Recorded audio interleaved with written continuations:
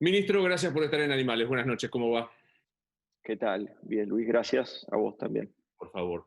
Para el gobierno es una hipótesis preferida casi cerrada que la muerte de Fabián Gutiérrez se trató de un crimen dentro del ámbito privado. Mirá, no tiene que ver con lo que opine el gobierno sobre esto. Lo importante es lo que opine la justicia. Nosotros queremos ser respetuosos de eso, queremos ser respetuosos también del deseo de la familia, del deseo de los amigos, que es en este crimen espantoso encontrar el alivio de la verdad. Me parece que eso es importante, más que lo que opine el gobierno, ¿no? En eso es irrelevante.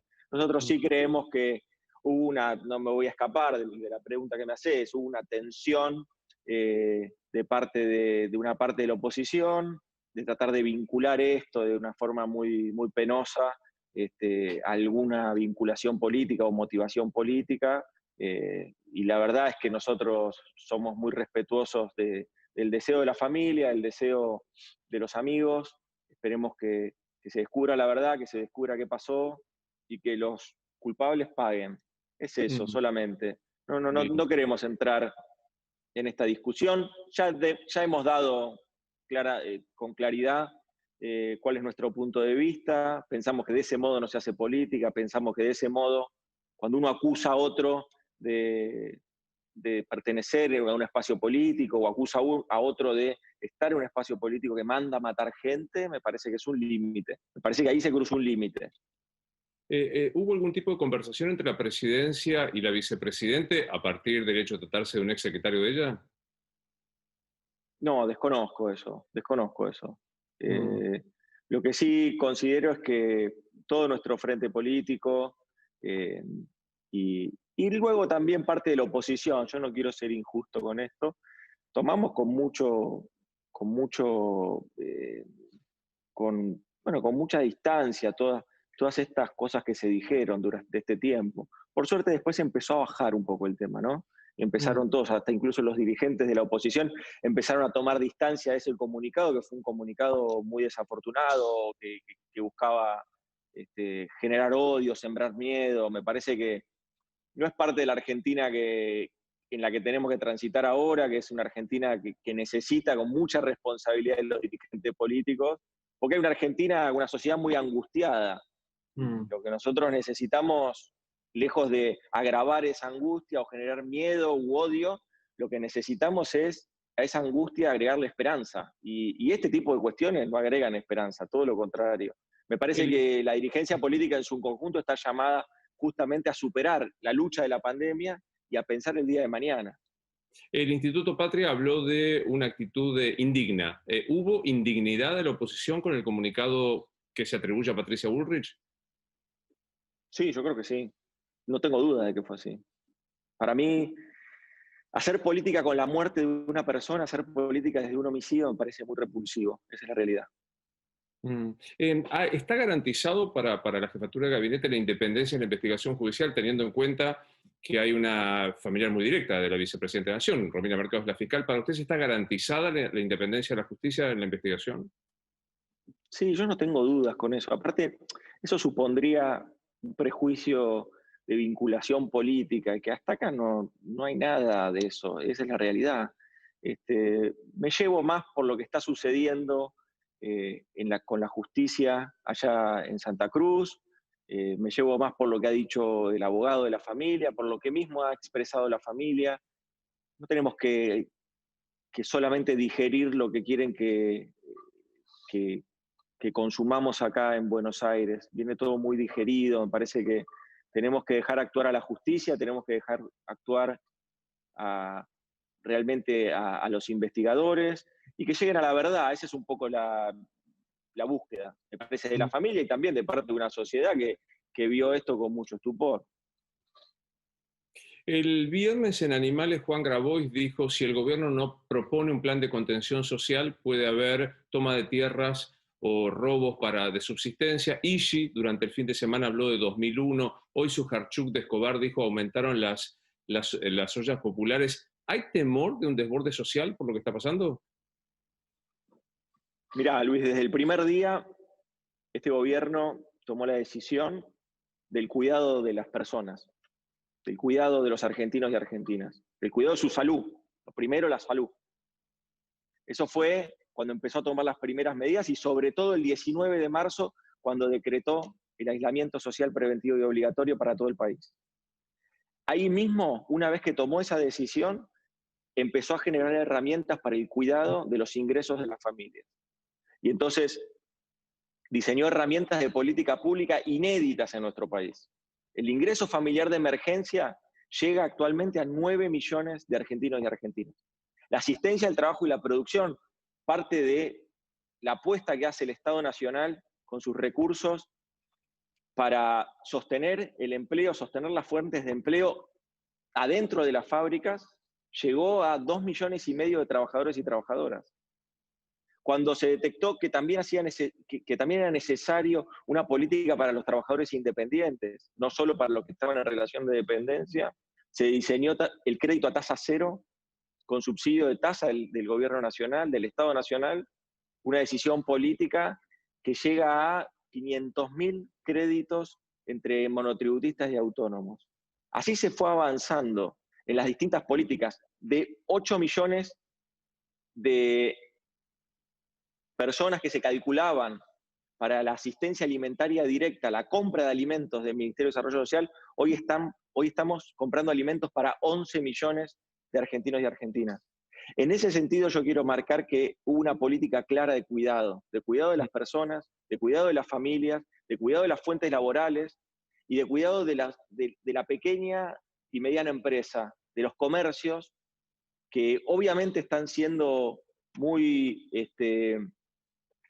atacados por esta pandemia. Sí. Pero la pandemia es lo que provoca esta situación, y no las cuarentenas, no los remedios. Pero digo, ¿hay temor de un desborde social frente a la crisis económica mundial? Quiero decir, Argentina no es un único lugar de ninguna manera. Digo, frente a la situación que se tenía con el nivel de pobreza, ¿hay temor de desborde social? Más que temor, nosotros lo que tenemos que hacer es ocuparnos de los temas.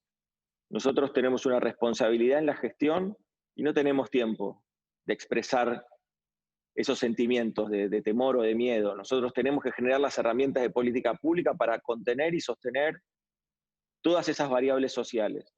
Y eso es lo que estamos haciendo. Por eso te detallé un poco todas las medidas que fuimos tomando, que fuimos teniendo en cuenta. Y ahí lo que hay que tener en cuenta es que han sido 2,8% del producto que se destinaron directamente a la asistencia. También me estoy olvidando, no me quiero olvidar, pero los bonos extraordinarios para la asignación universal por hijo, para la asignación universal por embarazo, tarjeta alimentar, cómo se fue fortaleciendo potenciar trabajo, los programas sociales, cómo se fue fortaleciendo todo ese ejido de red social que claramente se necesita.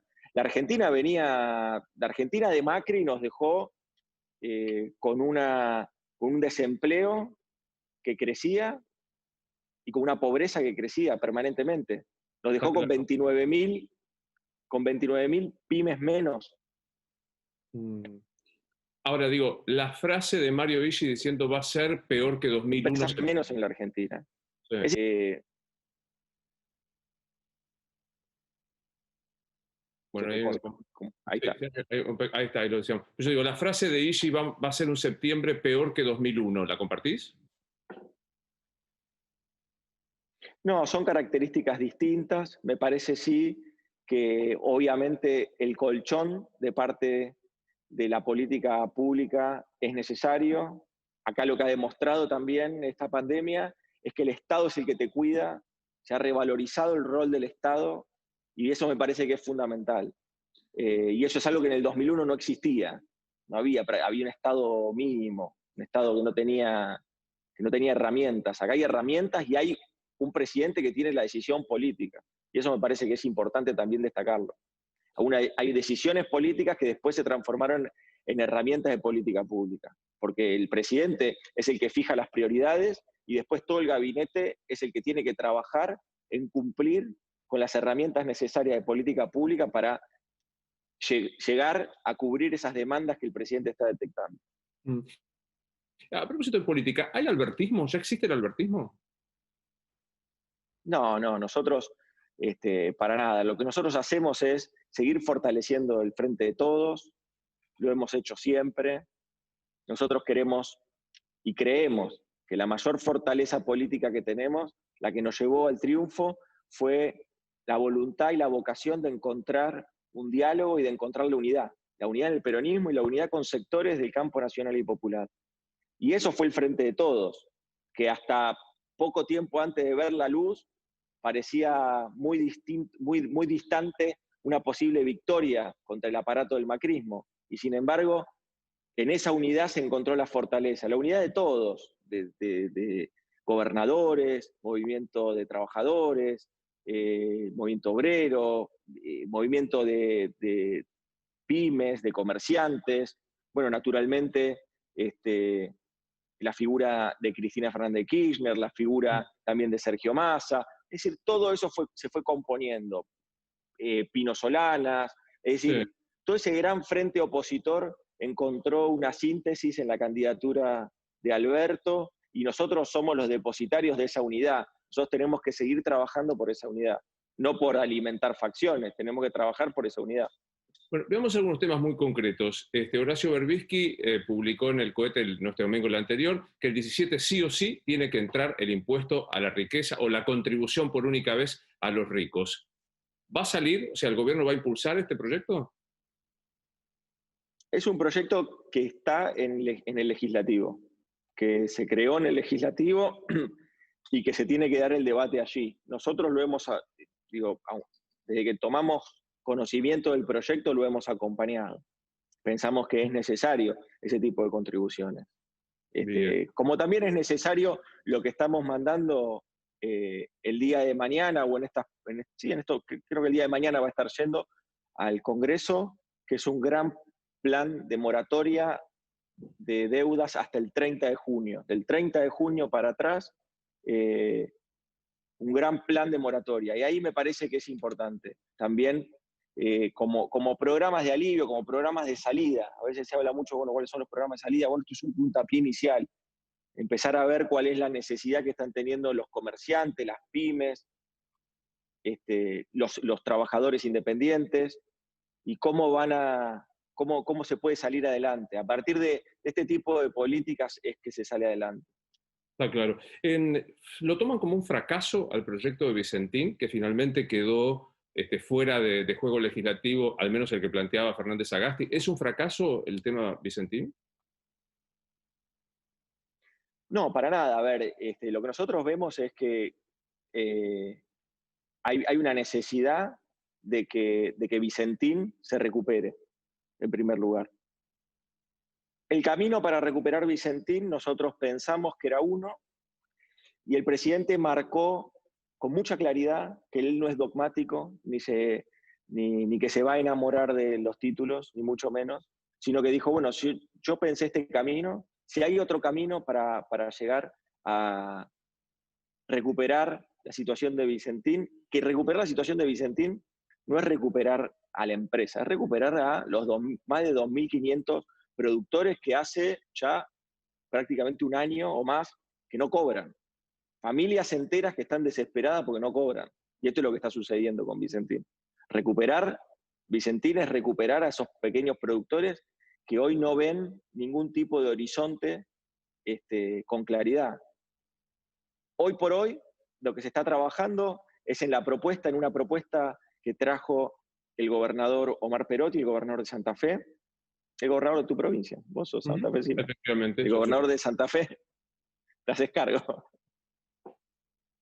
Claro. El gobernador de Santa Fe trajo una idea distinta, con un camino distinto, y el presidente tomó la decisión de avanzar con esta propuesta que hacía el gobernador Omar Perotti, y hoy estamos a la expectativa de eso. Necesitamos obviamente que se entienda cuál es la situación en Vicentín. En Vicentín está dada la situación donde hay una empresa que ha incumplido todo, una empresa que está siendo investigada por fuga de divisas, que está siendo investigada por defalco, una empresa que se presentó en concurso de acreedores pocos días antes de que nosotros asumamos la presidencia. Y efectivamente lo que sucede ahí es que cuando uno puede hablar de todos estos títulos, pero cuando uno va concreto, lo que sucede ahí es que hay familias que no encuentran destino, que no saben para dónde, para dónde disparan, que están colgados de la brocha, no saben qué va a pasar.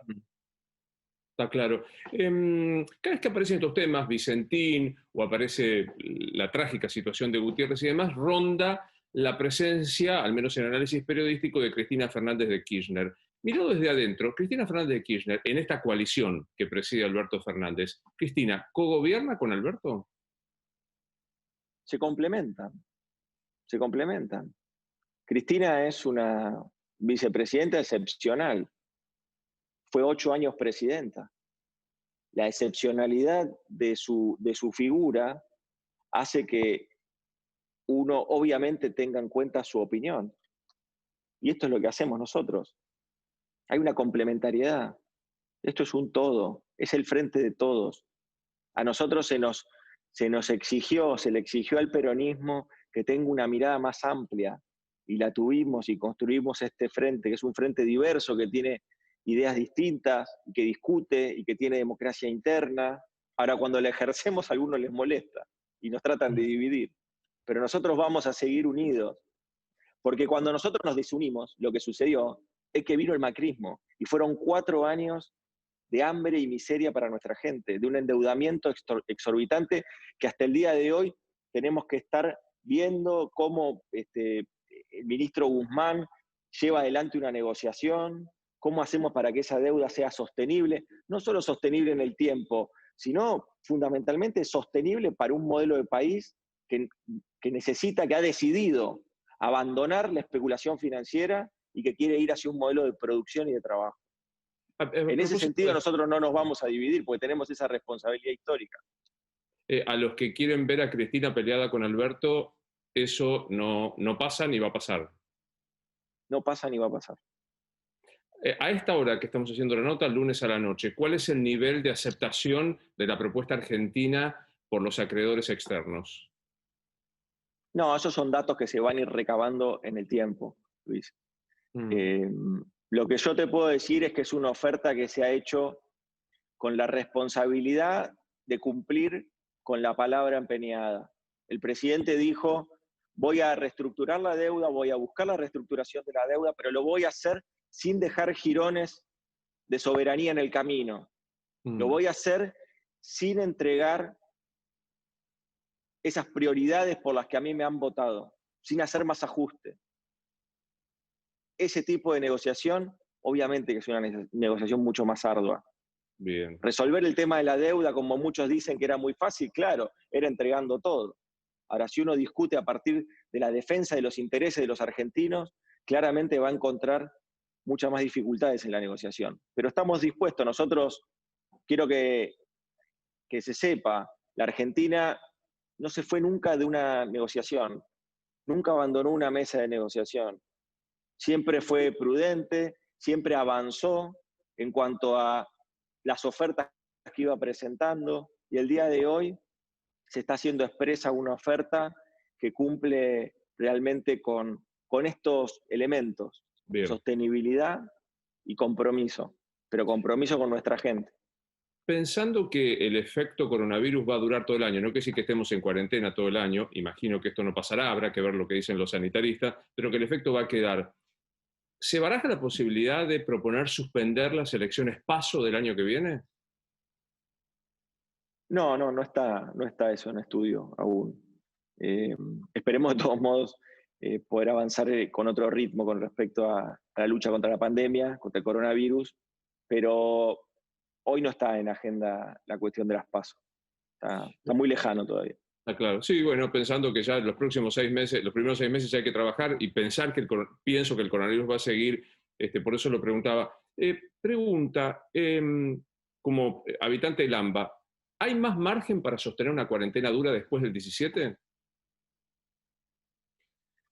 Nosotros tenemos la firme convicción, y lo estamos viendo, de que la gran mayoría de los argentinos y argentinas han acompañado las medidas de aislamiento, de distanciamiento, de cuidado que ha promovido el presidente. Nosotros tenemos que ser muy cuidadosos cuando ponemos fechas, cuando decimos que a partir de tal fecha o a partir de tal otra fecha se van a poder hacer las cosas. El mundo está así. El mundo que países que han declarado con bombos y platillos que habían salido, que eran libres de coronavirus, días después tuvieron que volver para atrás. Mm. Fijémonos, esto está sucediendo. Digo, a ver, siempre cuando nombramos países nosotros tenemos problemas, pero lo cierto es que Australia ahora aisló pueblos enteros. Y cerca de Victoria. España volvió ahora con medidas de aislamiento y restricciones. Es decir, el mundo está transitando un momento muy, muy atípico, muy, muy atípico. Pero y la Argentina lo está haciendo con sus herramientas. Pero compartís esta expresión de que ya hoy lo dijo Daniel Goyán en la radio con nosotros, no se aguanta más la cuarentena, o sea, la gente está muy cansada. ¿Asumís que está muy cansada la gente de cuarentena? Sí, pero también sé que tienen mucha responsabilidad. El presidente nos propuso a todos los argentinos y argentinas allá cuando se iniciaron las primeras medidas de aislamiento, nos propuso una ética del cuidado. Y creo que los argentinos y argentinas lo acompañamos porque vimos que era la decisión correcta, que era la decisión de cuidar la salud antes que todo, de cuidar la salud sin duda, y las familias. Sin duda. Y me parece que es eso, pero hasta ahí, a ver, lo que yo creo es eso, Luis. Pero hablar de la gente obviamente que hay... Su negocio, todos estamos... Pero tampoco se quieren enfermar, y el virus está ahí afuera todavía. Yo entiendo, no soy necio, entendemos en el gobierno, por eso hemos desarrollado un montón de políticas, y probablemente tengamos que desarrollar otras. Claro. Pero lo cierto es que no tengo dudas de que nadie quiere enfermarse, nadie quiere que un familiar suyo se enferme. Obvio. Causa espionaje, para ir redondeando. Causa espionaje M. El macrismo dice que es un montaje para perseguir a Mauricio. Primero, ¿le das verosimilitud a la investigación que tenía Villena y que ahora pasó al otro juez? Bueno, la verosimilitud que tiene cualquier tipo de estas causas en la justicia, donde hay bastantes pruebas que deberán ir presentándose. Hasta acá hay indicios y algunas certezas.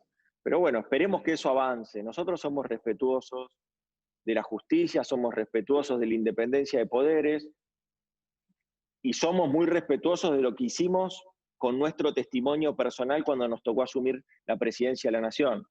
El presidente no dudó y ante los servicios de inteligencia, ante la Agencia Federal de Inteligencia, lo que hizo fue una intervención para luego pasar a modificar el artículo 4 de la Ley Nacional de Inteligencia, desvinculando el accionar de los agentes de inteligencia con la justicia.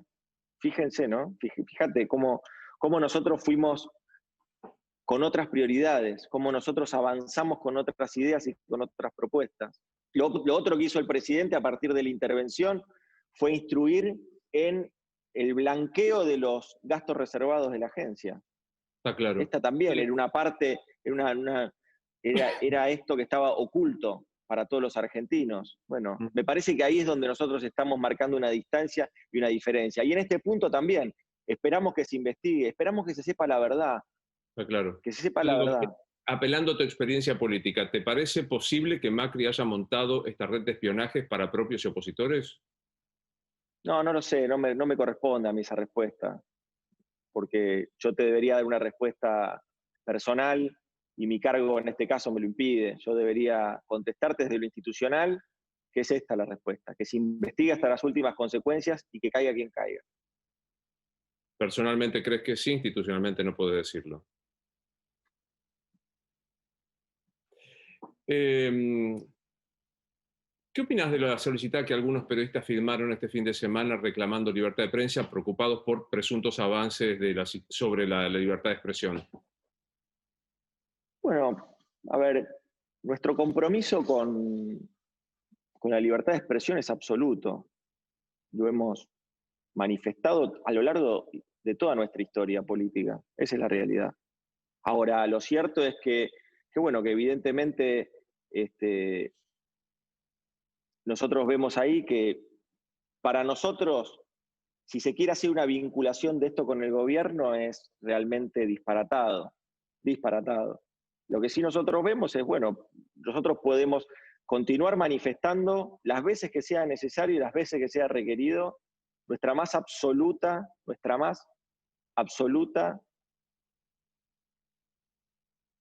te cortaste, Acá estoy. nuestra más, ahí estás, perdón, nuestra más absoluta confianza y nuestra más absoluta defensa de la libertad de expresión. Siempre lo vamos a seguir haciendo. Siempre. Y si eso es requerido, lo vamos a seguir haciendo. Y si surgen dudas con respecto a eso, lo vamos a seguir haciendo. Siempre vamos a defender la libertad de expresión. Gracias por habernos atendido, Santiago, muy amable. Gracias a vos.